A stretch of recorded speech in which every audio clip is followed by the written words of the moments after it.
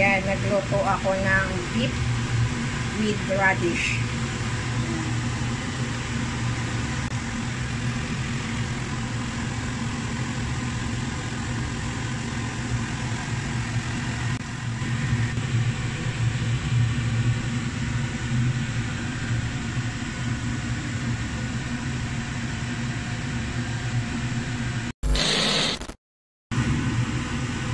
Lagay ng mantika. Yan. Yung tama lang. Ayan, nakapag-gisa na ako ng bawang at sibuyas. Pagkagisa ko, saka ko inilagay itong marinated na beef. Nakalimutan kong umpisahan ang pagbibideo, kaya dito ko na lang inumpisahan. Basta yan, marinated na itong beef more than 2 hours. Sana nga overnight, pero nakalimutan ko kahapon, kaya hindi ko nagawa.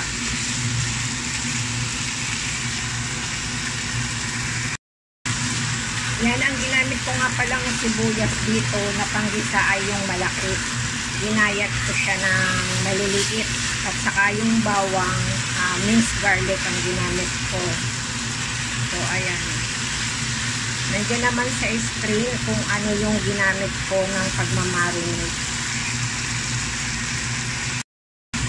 Ito naman ay parang piniprito lang yung beef. Ngayon, lalagyan ko ng cooking oil. Ayan.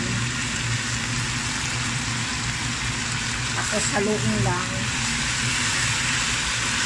Ayan. Basta tuloy-tuloy lang yung halo niya.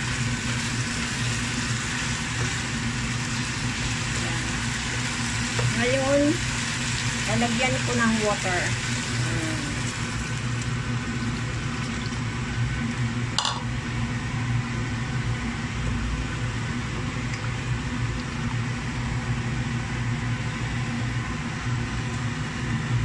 Pagkalagay ng tubig, i-mix lang, kailangan nakalubog yung mga beef o yan. Yung tama lang. Tapos tatakpan, hintayin na kumulo.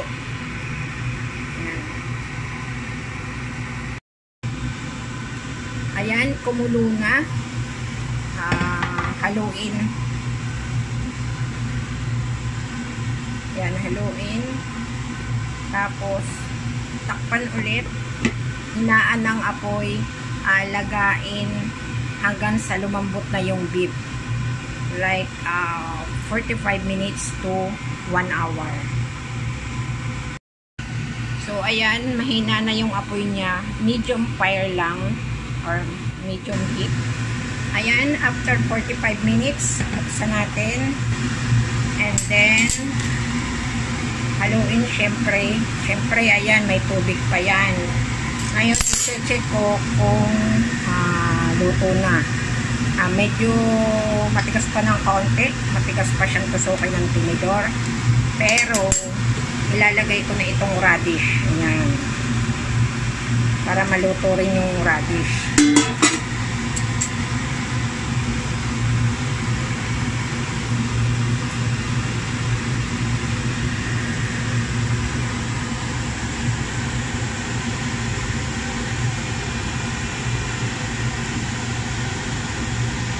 Yan, inilubog ko lang sa tubig. Lagyan ko siya ng rock sugar. Ayan, depende naman sa dami ng inyong beef yung ilalagay yung sugar. Ayan.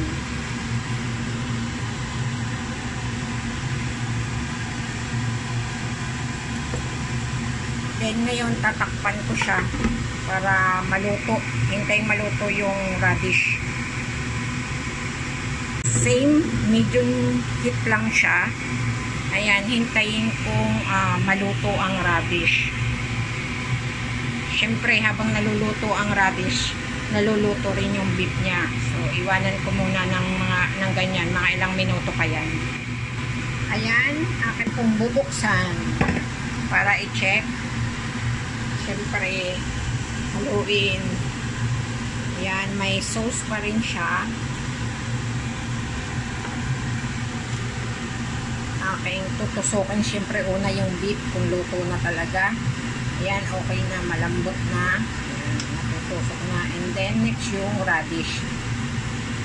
Ayan, ang radish, okay na rin. Luto na.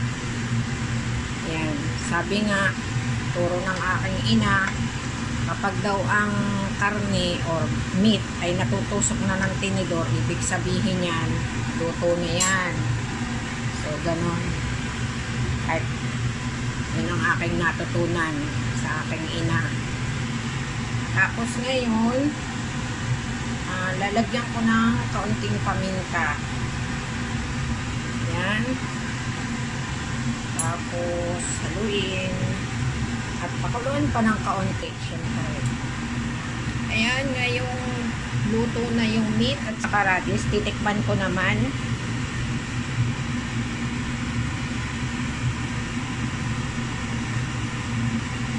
Ayan, okay na guys. Okay na yung lasa na niya. Ready to serve na po ito. Ayan guys, kung mapapansin nyo, yung pagluluto ko, hindi ko siya nilagyan ng kung ano-anong ricado. Yun po, ang lasa nito ay nanggaling na sa aking pagkakamarinate. Ayan guys. Ayan, isi-serve ko siya ng ganito. Dito na nakalagay sa pan. Ayan, sa pan na yan. Tama lang ang laki niyan. So, ibibigay ko na, ilalagay ko sa table ng ganyan.